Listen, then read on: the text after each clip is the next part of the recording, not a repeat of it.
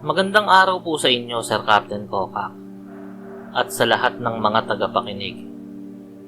Itago nyo na lang po ako sa pangalang Jaisel, at kasalukuyan po akong naninirahan dito sa Las Piñas. Ang ipinadala kong kwento ay tungkol sa naging bakasyon namin na nawalan ng direksyon nang maligaw kami. Ito po ang aking karanasan. Nagsimula ang lahat ng tumawag ang kapatid kong si Jen na nagtatrabaho sa isang call center.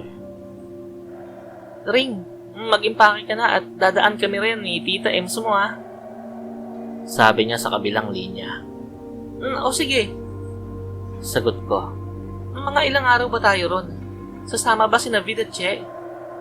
Tanong ko naman. "Oo, Ate Jaisel. Sasama sila kasi nag-aya si Tita Ems eh. Masyado na raw kasi tayong subsub sa trabaho." "Maganda nga yan, Jen," sabi ko pa noon. Kinagabihan, kumpleto kami sa hapagkainan at nagpaalam kami sa aming mga magulang. Kasama si Navid at Che. Isinama ko na rin si Paula dahil sabi ni Tita Ems ay mas masaya kung mas marami kami.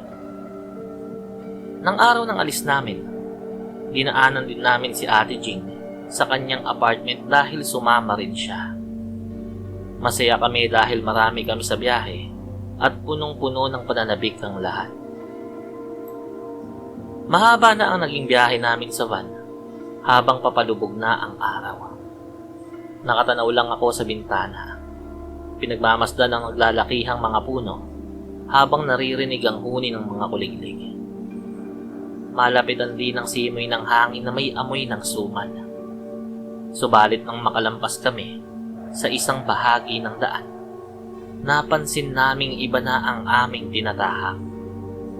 "Guys, nagugutom na ako. Mabuti pa, kumain muna tayo," sabi ni Jing. Sakto naman na may nakita kaming isang kainan. Kakaiba yun dahil ito lang ang tanging establishmento roon. Napapaligiran ng mga puno at parang nasa gitna na kami ng gubat. Huminto kami at bumaba para kumain.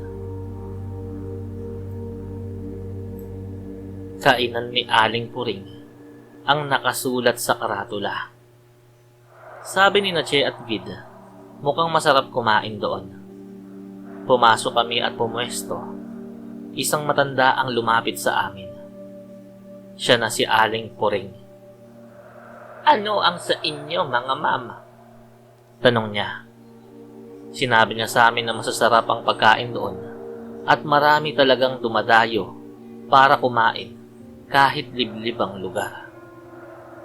Binigyan niya kami ng menu at nag-order na nga kami.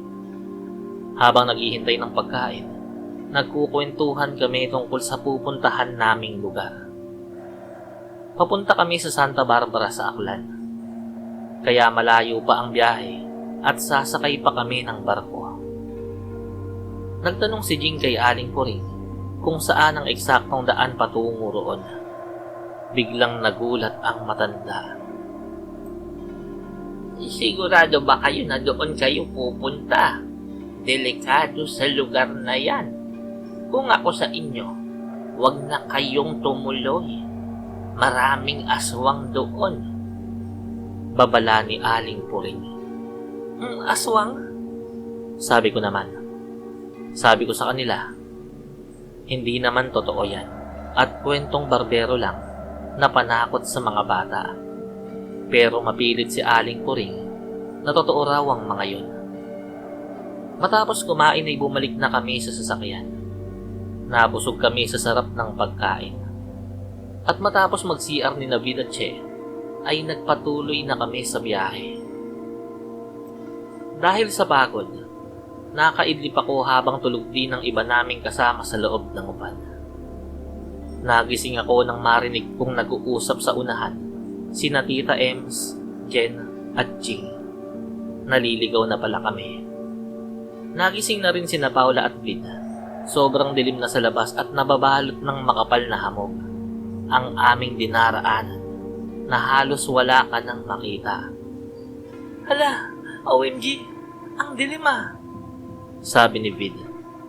Napansin kong parang pabalik-balik na lang kami sa dinaraanan namin. Talahiba ng magkabilang gilid ng daan, susundan ng sementeryo, tapos ay talahiban na naman. Natatandaan ko ang lugar na yon. Sa di kalayuan, may nakita kaming isang prosesyon. Puro sila nakaitim, nagdarasal, at may mga hawak na kandila. Nagpatuloy sa pag-andar ang van namin, pero paulit-ulit pa rin ang tanawin na aming tinatahak.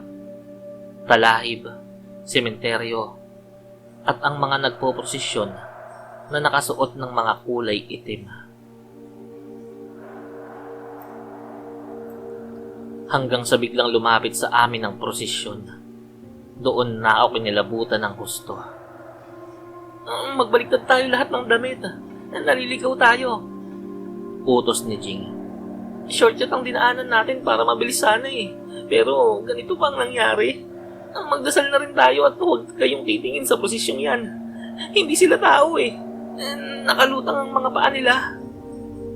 Agad naming ginawa ang sinabi niya. Nagdasal kami habang nakabaligtad ang mga damit namin, habang dahan-dahang umaabante ang sasakyan. Sa wakas, nakalabas din kami sa paulit-ulit na daan at nakarating sa kalsada patungo sa pantalan ng barko papuntang Aklan. Grabe yung kanina. Kinabahan talaga ako, sabi ni Che.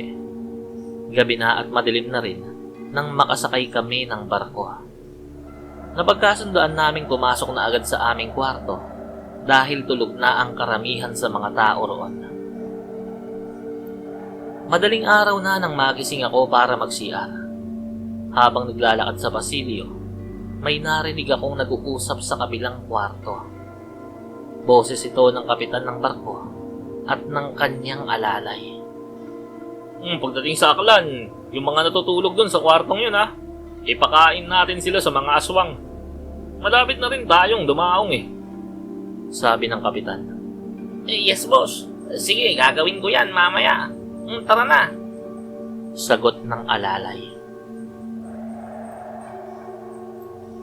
Mabilis kong inilabas ang cellphone ko at nai-record ko ang buong usapan nila bago sila umalis. Nawala bigla ang aking antok at pagkaihi dahil sa sobrang takot. Pumaripas ako ng takbo pabalik sa kwarto namin at agad silang ginising. Naiinis pa sila noong una dahil naantala ang tulog nila. Pero nang iparinig ko sa kanila ang audio recording, doon sila natakot ng husto. May mga aswang din pala pati sa barkong yon. Kaya pala ang sasama ng tingin ng mga tao sa amin noong sumakay kami. Dahan-dahan kaming lumabas ng kwarto. Nagpasya kaming iwan na ang lahat ng aming maleta dahil mas mahalaga ang buhay namin. Naghanap kami ng madadaanan pababa hanggang sa makita namin sa dulo ng barko ang isang malaking bangka na nakatali. Naghanap kami ng lubid at swerteng may nakita kami. Ginamit namin ito para isa-isang makababa. Ako ang unang bumaba sa bangka. Sumunod si Vid, si Che, si Paula, at ang iba pa. Nang makasakay kaming lahat, agad naming pinaandar ang bangka palayo sa barko. Tulala kaming lahat at walang dalang kahit ano, kundi ang suot naming mga damit habang nakasakay sa bangka. Umiiyak si Tita Ems at humihingi ng tawad. Mga pamangkin ko, kung hindi ako nagyaya, hindi to mangyayari sa atin eh, sabi naman ni Jen at Jing. Walang kasalanan si Tita, kaya dapat ay wag na siyang umiyak. Ang importante ay ligtas kami. Hindi na kami tumuloy sa Aklan dahil totoo nga ang sinabi ni Aling Puring na maraming ang aswang doon.